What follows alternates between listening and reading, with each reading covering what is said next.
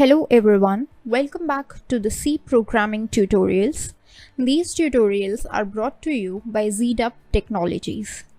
In this video, we are going to see that how can we pass the arrays as an argument into the functions. So up till now we have seen that how can we create functions. We have seen how can we provide simple arguments such as integer arguments into the function. And also separately, we have seen that how can we create an array and how can we use a for loop to iterate over the different elements of that array. Now in this video, we are going to combine these two concepts together, that is of the functions and that is of the array, and then we are going to see that how can we work with them. There are possibilities in functions in which you need to provide the whole array as an argument. So that is exactly what we are going to see in this video. So for that purpose, let us first just create an array, and we will be creating a small array right now with just 5 elements, but this is just for practice purpose. So let us just create an array. We know how to create it by providing it with a data type, providing it with a name, and within the square brackets with a size, and then we can simply initialize it. So I'm going to initialize it with simple numbers like 1, 2, 3, 4 and 5. Okay, so these are the numbers that I've initialized my array with, and now what I'm going to do is I'm going to create a very simple function, that is the sum function, and I'm trying to get the sum of all these numbers that are present in this array through that function. So let us just create a function. It is going to be of integer type because it is going to return me the sum, and the name of the function is itself sum, and it is going to accept the argument. Now this argument is going to be nothing but the array itself. So we are going to see that how can we pass this array as an argument into this sum function. Well, there are 3 ways for that purpose. The first way is through pointers. So if we just can comment it out and write over here that the first way is through pointers. Now we have not learnt about the pointers and we do not know much about the pointers, so definitely we will not be looking at this way in this video. We will learn about it in the upcoming video lessons.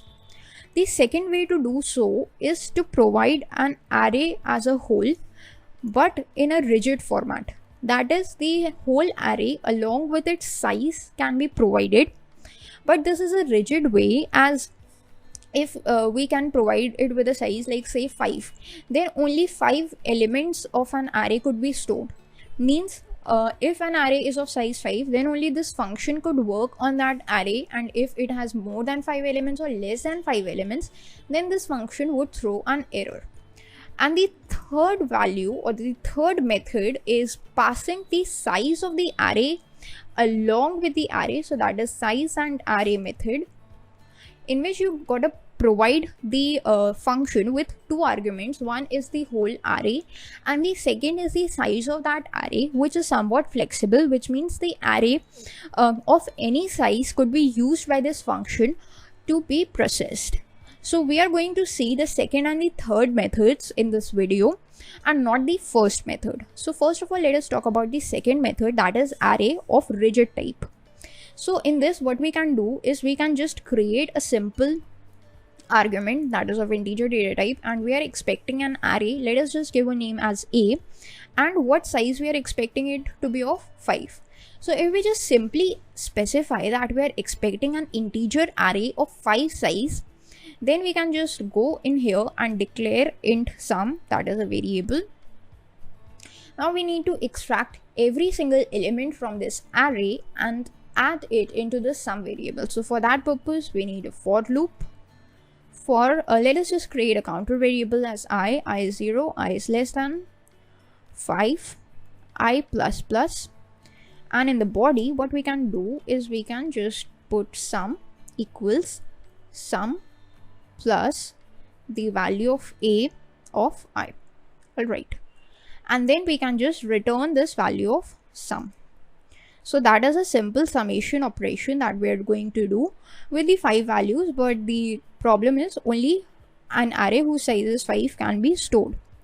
Then here what we are going to do is we are going to create another variable, say k, and we are going to store or call this sum function, and we are going to pass arr as an argument. That's our whole array. Okay, and then we can just print f the value of k with a placeholder mod d, and then we can just write that it is a sum to identify it like this. Okay, now if we just compile and run it, let's see what happens. Sum equals 15. That's what we have got. We can just cross check it. 5 plus 4 is 9, 9 plus 3 is 12, 12 plus 2 is 14, and 14 plus 1 is 15. So that is absolutely correct. We have got the correct sum.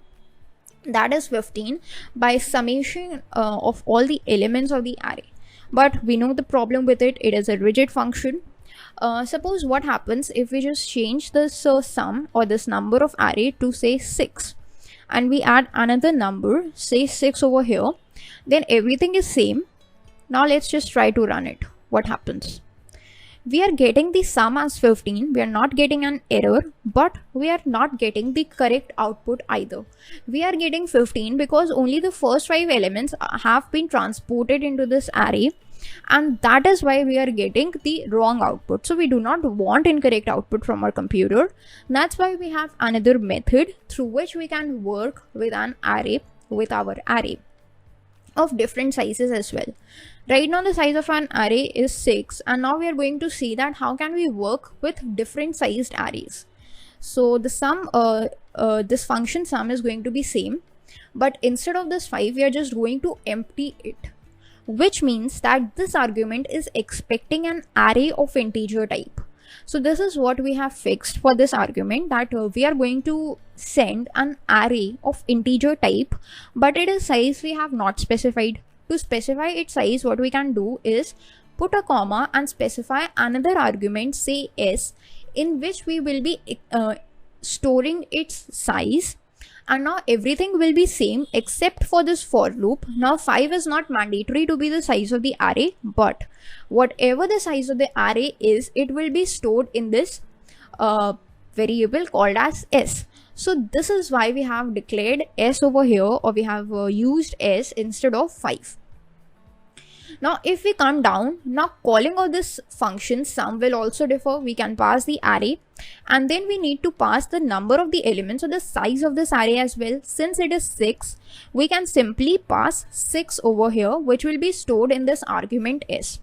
Now it will work with 6 variables, 7 variables, 5 variables, or any variables that you want. We can just build it, and we can see the sum is 21. So with the 5 elements, we got the sum as 15. The next element we added was 6.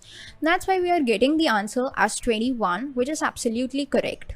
If you want to cross check it, let us just decrease the size of array to 4 right now. Okay, so it's 4, and we can just specify 4 over here, and let's see what happens. So over here what it is, we have got the sum as 10, and we can just cross check it. That is 3 plus 4 is 7, 7 plus 2 is 9, and 9 plus 1 is 10, which is exactly the answer, the sum that we got. So that's how you can work with the arrays. That is how you can pass the arrays of different arguments into the function. That's how you can work with it. However, there is another flaw in this.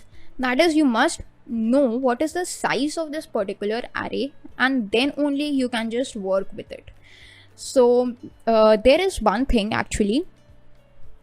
There is one more thing. Suppose this array is of 4, and if we just, instead of 4, we just keep it as 6.